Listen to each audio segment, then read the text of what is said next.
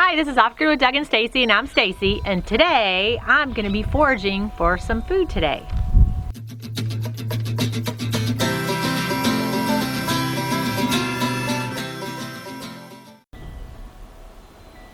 Alright, so today what we're going to be doing is foraging for some lamb's quarter.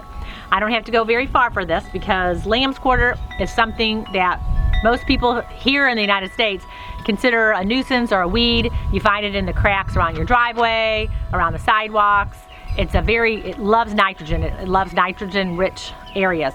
So you do see it around. We see it around, the gravel around here. It's all over. So we have some growing around here, around the front of our house. So I'm just kind of letting it go, and I'm going to kind of turn it into a patch because lamb's quarter can go up to about, 6, 7, even 8 feet tall.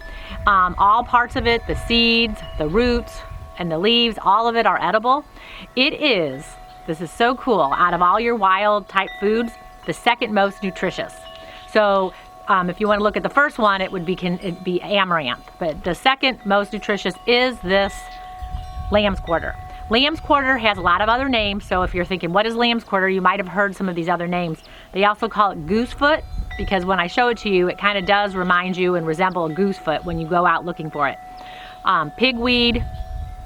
A lot of the old timers used to say if you feed them this lamb's quarter, it will help fatten your hens.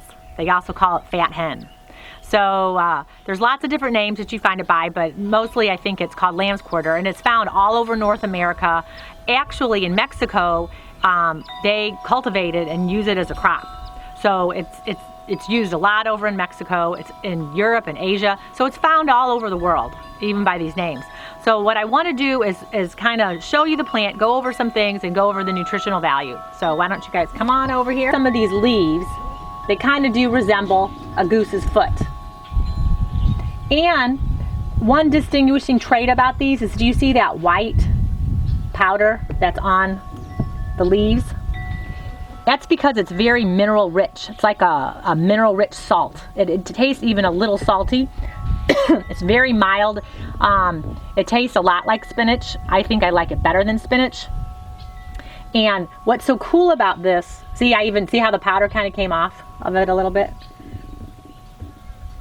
You can even dry these out like you're gonna make your tea, and I would suggest harvesting them when they're young now and drying them out. And you can even use this as an herb, just like you'd use your basil or your rosemary or your oregano, because it does have a slight salty taste to it. So what I'm going to do today is I'm going to cut some of this up, and we're going to go in and we're going to make some things with it. And I kind of want to let you guys know what is so cool, since it is so nutrient dense. It's loaded in minerals and vitamins. You almost get 100% of your value out of this stuff. Vitamin C in just 1 cup. Vitamin A, it's very high in iron if you are anemic. And it's loaded in calcium. You almost get 100% value that you need in a cup of calcium for the day. So it's just phenomenal.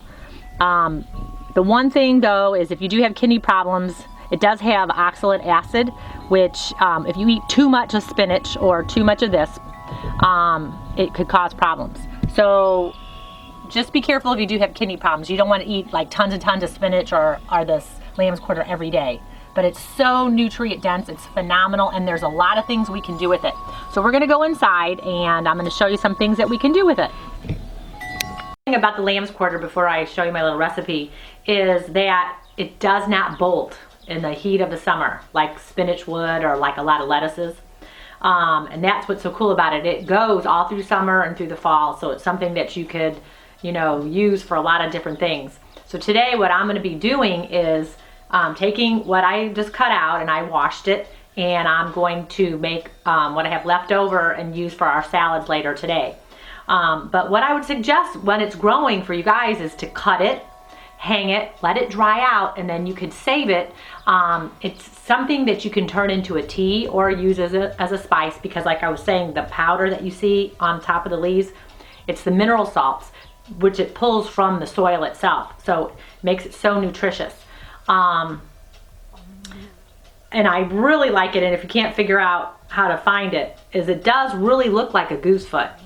So that's another way. And then that white powdery is how you can tell. I know a lot of people when they go out foraging, it's like, oh my gosh, you know, how do I find it? I don't know what it is. But this one's a pretty good one. You see them all over, you know, people pull them as the weeds, so it's great.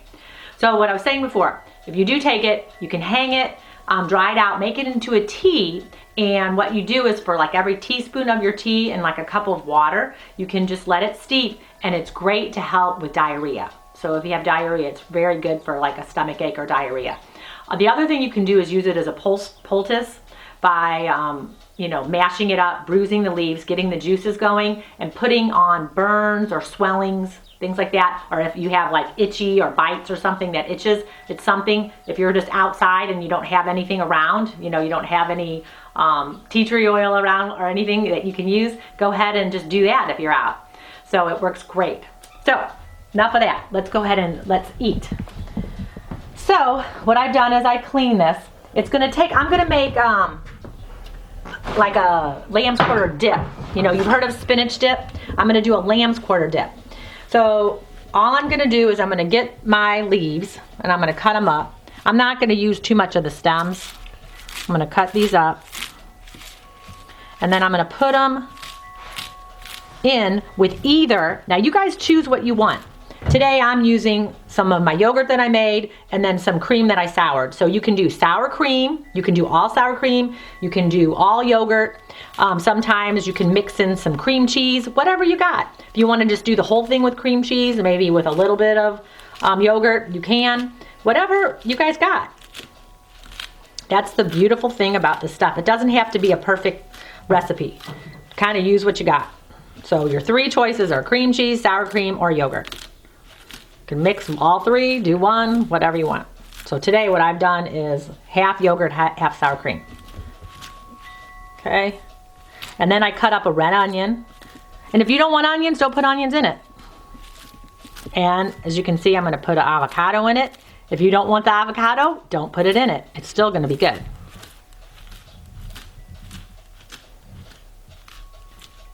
All right, so I just chopped it up. I'm going to chop this up. Then, here is my mixture. I mixed up the sour cream with the yogurt. I'm going to put it in my bowl. So when you're doing it, you know how if you buy in the store like a container, this is a pint. So if you just do like a pint or like a container of sour cream.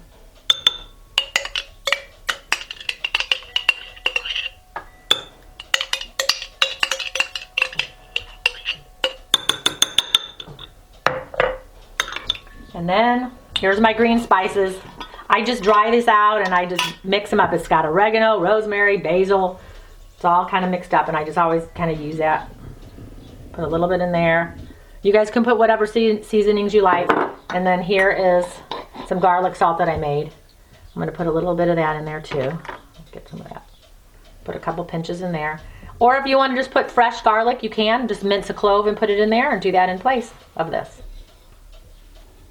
You can put some salt and pepper in there. And I always have to have a little cayenne. That's definitely to taste. Ooh, a big blob came out. Don't think I want that much.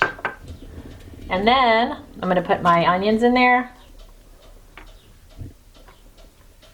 And then I'm going to put my lamb's quarter or my wild spinach or my goosefoot or pigweed, whatever you call it, wherever you are. And you can put 2 or 3 cups of that in there. Whoops, I didn't do a good job of cutting it.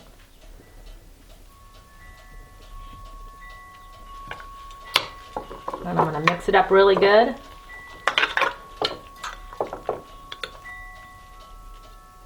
And then I'm going to let it kind of marinate in the ice box. And then later on, Doug and I can have it on some crackers or some chips, whatever we have. And it tastes great.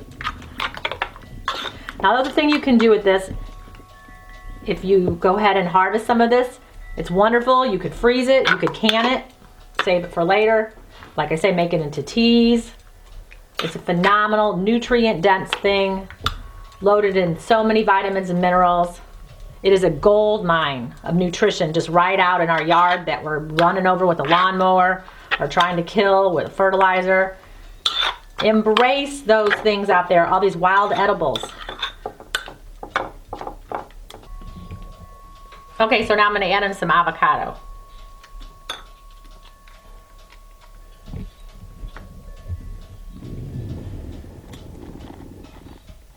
Whoops.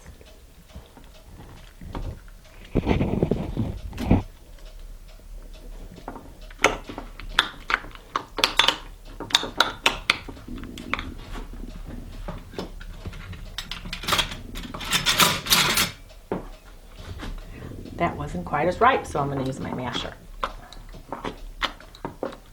And like I said before, if you don't want the avocado, don't put it in because it'll taste great without that. So either way. Okay guys, so I let this sit in the refrigerator a few hours, and so now Doug and I are going to have a little appetizer before we eat.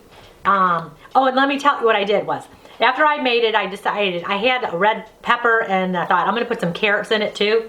So I chopped up a red pepper, a few pieces of red pepper, and some carrots I put in there too, just to add a little bit more to it, and it makes it look a little more pretty. So turned out great. So you can use any kind of chips or crackers. Okay, these are really good sweet potato crackers. And